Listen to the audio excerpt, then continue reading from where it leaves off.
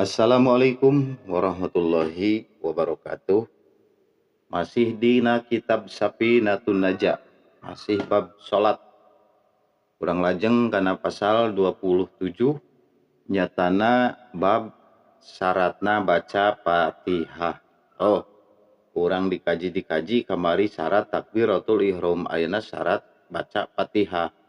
Geus puguh salatna ge syarat rukunna kudu baca Fatihah. Tetela digali deui Fatihahna ge aya syarat keur dibacana teu asal maca. Nah, supados teu nyangkolong tingkana waktos urang lajeng wae ieu pasal ka-27 syarat Fatihah. Bismillahirrahmanirrahim. Faslun ari eta hiji pasal syurutul Fatihati ari pirang-pirang syaratna maca Fatihah asyaratun eta aya 10. Dina maca Fatihah syaratna teh aya 10. Mana nu 10 teh kahiji at-tartibu. Kahiji macana kudu tartib. Tartib gambaran ti mimiti bismillahirrahmanirrahim. Alhamdulillahirabbil alamin. Arrahmanirrahim. Maliki yaumiddin. Iyyaka na'budu wa iyyaka nasta'in.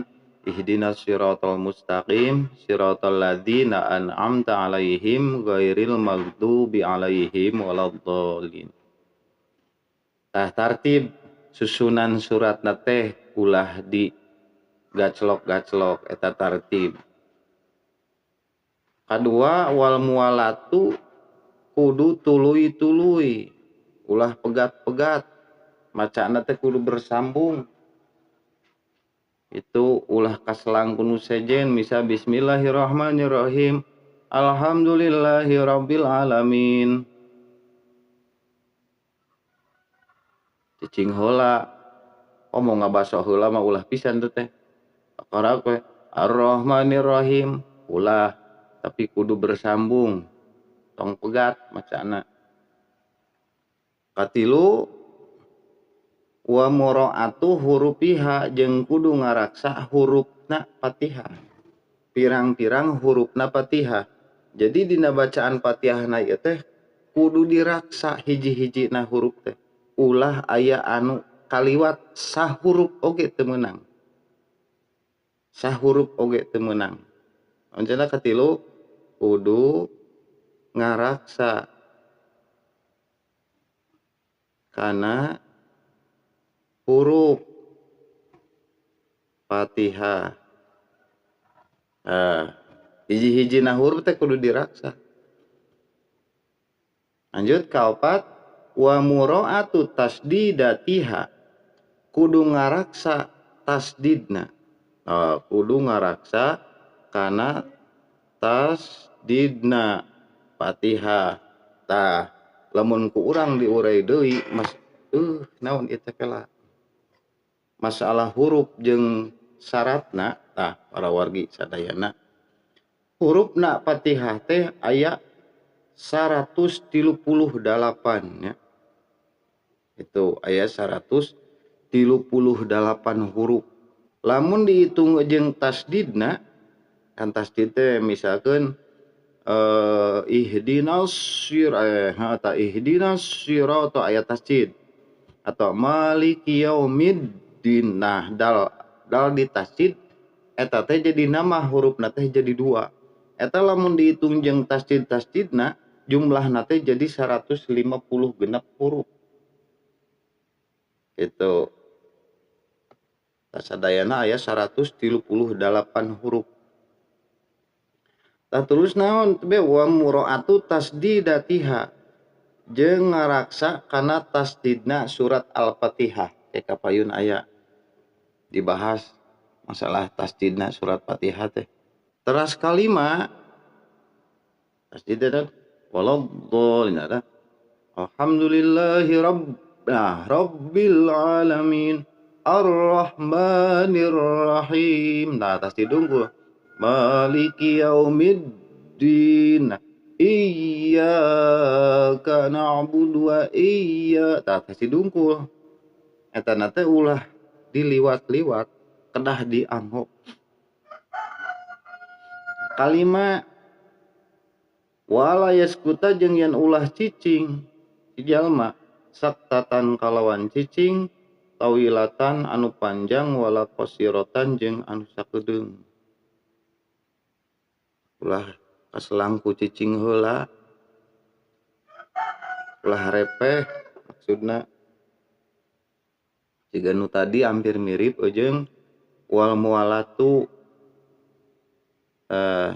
ulah cicing keur maca Fatihah dina salat ya maksudnya kitu ulah cicing sanajan aya Sunda mah boga bahasa pondok waktu anu sakedeung gitu talah bae komolila sakedeung ge ulah kalawan maksud naon yaksidu kalawan maksud biha kana eta cicing teh qot al qiraati kana megatkeun bacaan. Jadi ulahna cicing nu sakedeung atau anu lila teh karena niat megatkeun bacaan Fatihah.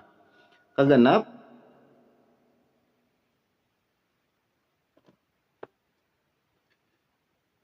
wa qiraatu kulli ayatiha jeung maca tiap-tiap ayat. Maca tiap ayat. Kudu maca dibaca kabeh. Ulah nu kaliwat. Wa minha jeung eta tina sawarehna Fatihah teh al basmalatu eta basmalah termasuk bismillahna ajek sapinah teh bismillah teh bagian tina surat Fatihah nu mata ulah teu dibaca. Anapun aya nu tara make bismillah eta lain teu make tapi dibacana dilaunkeun. Terus katujuh wa adamul lahni al muhilli bil makna wa adamul lahni jeung eueuh cacadelan ulah cacadelan al muhilli bil makna anu ngaruksak kana makna. Ulah cacadelan. Aduh eta suara hayam kuat.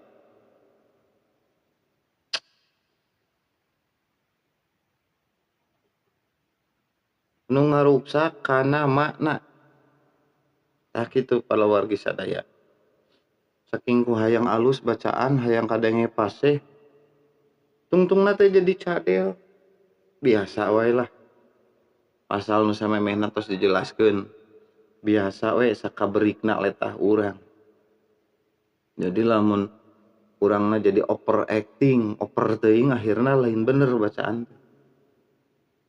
Matak teu jelas.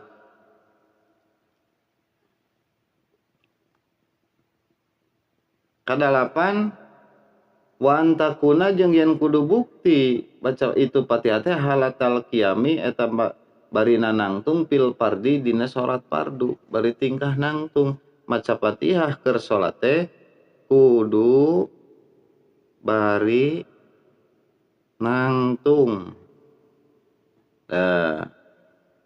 pil fardi dina salat fardu kitu ge lamun mampu teh bahasa tetep lil qadiri keur jalma anu mampu salat nangtung. Wa ayusmi'a jeung yen kudu meredenge si jalma nafsahu kana dirina itu si jalma al qiraata kana bacaan Fatihah. Urang maca Fatihah digerenengkeun lamun salat sorangan eta teh bacaan Fatihah teh kudu didengekeun ku urang. Kudu kadenge, kudu maca kitu lah. Teu kudu ku batur kecuali imam. Imam kan kudu kadenge ku makmum. Aya lamun urang sorangan tetep wa ayusmi'a nafsahu al-qiraata. Kudu ka kuping ku batin jeung ku ceuli gitulah mun kasarna mah.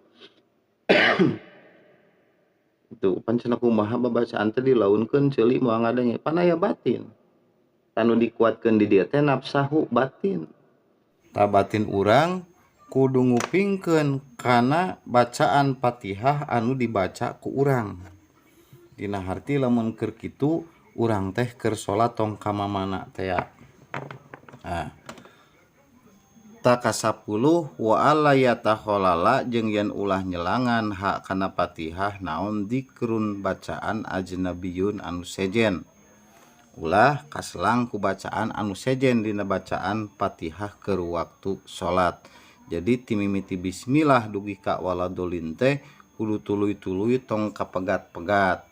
Taeta para wargi sadayana tentang syarat baca Fatihah dina salat manawi ayo urang sami-sami koreksi Fatihah urang nu dipake salat ku urang bisi aya kakurangan, bisi aya kasalahan jeung kacacadan anu bakal mangaruhan kana ruksakna salat urang. Hatur nuhun, pamudah-mudahan tiasa dipahami dina video anu singkat ieu manfaat kasadayana. Wassalamualaikum warahmatullahi wabarakatuh.